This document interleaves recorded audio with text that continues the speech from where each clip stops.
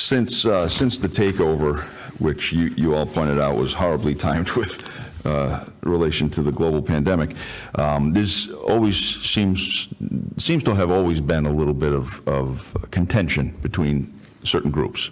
And I want it to be clear that the only focus I have is on one group, and that group is the students. So if anything I say offends either of the other groups, I frankly don't care. You said we have to stay the course. From your lips to God's ears, absolutely we do. You can't zig and zag. I know a thing or two about strategic planning. It's difficult, but what you laid out in the form of an outline sounds good to me. I didn't agree with everything, but I don't have to. I'm not an education professional. There's always an inherent resistance to change with any group of anyone, whether it's children, adults, or whatever. That is part of the challenge that you have. To get into some specific questions, there were 9 questions that were asked during the Senate hearings, and due to a planned vacation, I was unable to ascertain if they had been answered. With a quick yes or no, because I don't want to eat up too much time on that, were those questions answered? Yes. Yes. Okay, thank you. I think the biggest, I do have a lot of questions, I'm not going to go through them all. I think the biggest thing to me, particularly when we look at the last 3 years and exactly what COVID did, is, and we all admit that this is a bad situation for students right now. They aren't getting the education that they deserve to get. You've certainly made some gains, and that's fantastic. But some of those children, these cohorts, and it could be 2 years, 3 years, a grouping of children, whether they're on the cusp of matriculating up into middle school or whatever, they kind of fell into the cracks. And this is, I'm going to pose this as a rhetorical question, but it really isn't. Is there an acceptable number of cohorts that we can lose in the cracks? Okay, well, I think we all agree with that. With the plan that you laid out, I think there's some encouraging developments, and I think you have made improvements, particularly with the English language learners. That was an area that jumped out to all of us back in 2018. And that I believe, went from 23 to 36%, if I'm remembering correctly. Just for clarity, percentages can really be tricky if we don't know what the bottom line is. Did we lose teachers in that same period? And is that percentage altered by that loss? So let me try to answer and correct me if I don't. So we have lost teachers over that time, but we've also brought in new teachers with ESL certifications. So that increase, and it actually, I think, was closer to 15% prior to the takeover to now 36%, represents an investment primarily in many of our current teachers getting that certification, but it was also bringing in new teachers as others who exited, who may not have, may not be interested in getting that certification and went somewhere else in the state. Do you feel confident that you've made substantial gains relative to the non-dual certified with English language learners? Have you made gains in getting more teachers and more staff who are able to communicate in multilingual?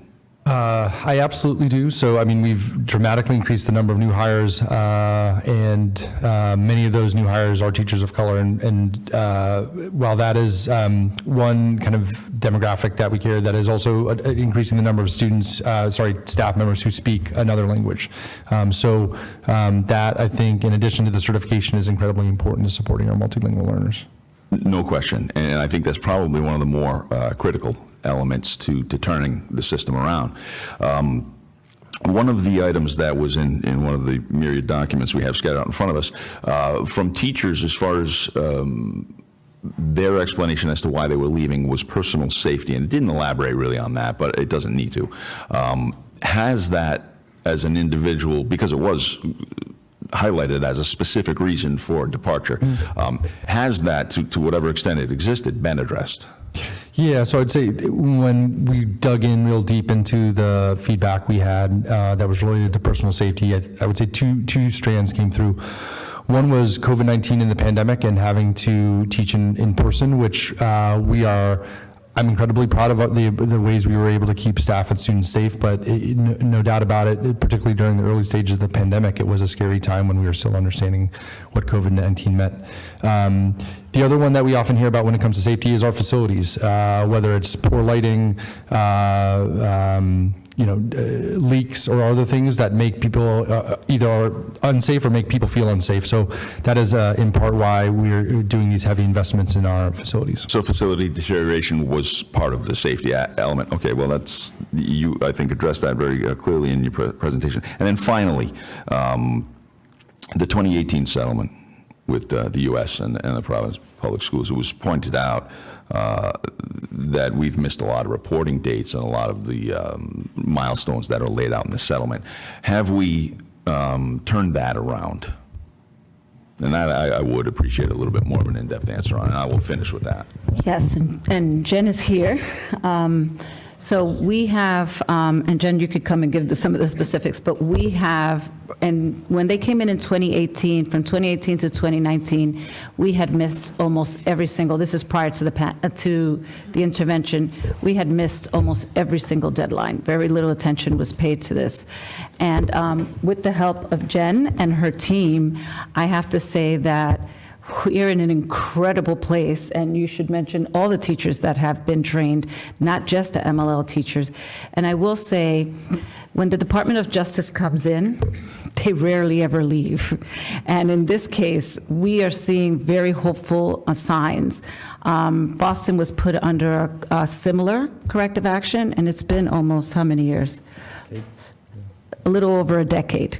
But we have made significant progress, and I want Jen, because this is really, Jen and Sandy have to take all the credit for this.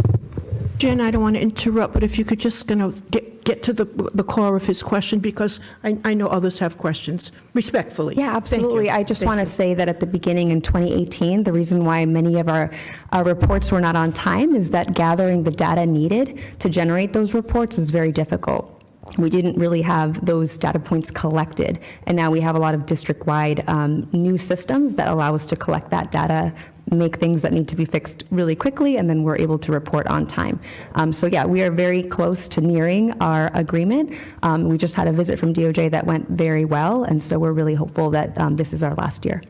Excellent. You feel everything's in place to move forward then? Yes. Excellent. Madam Chair, thank you.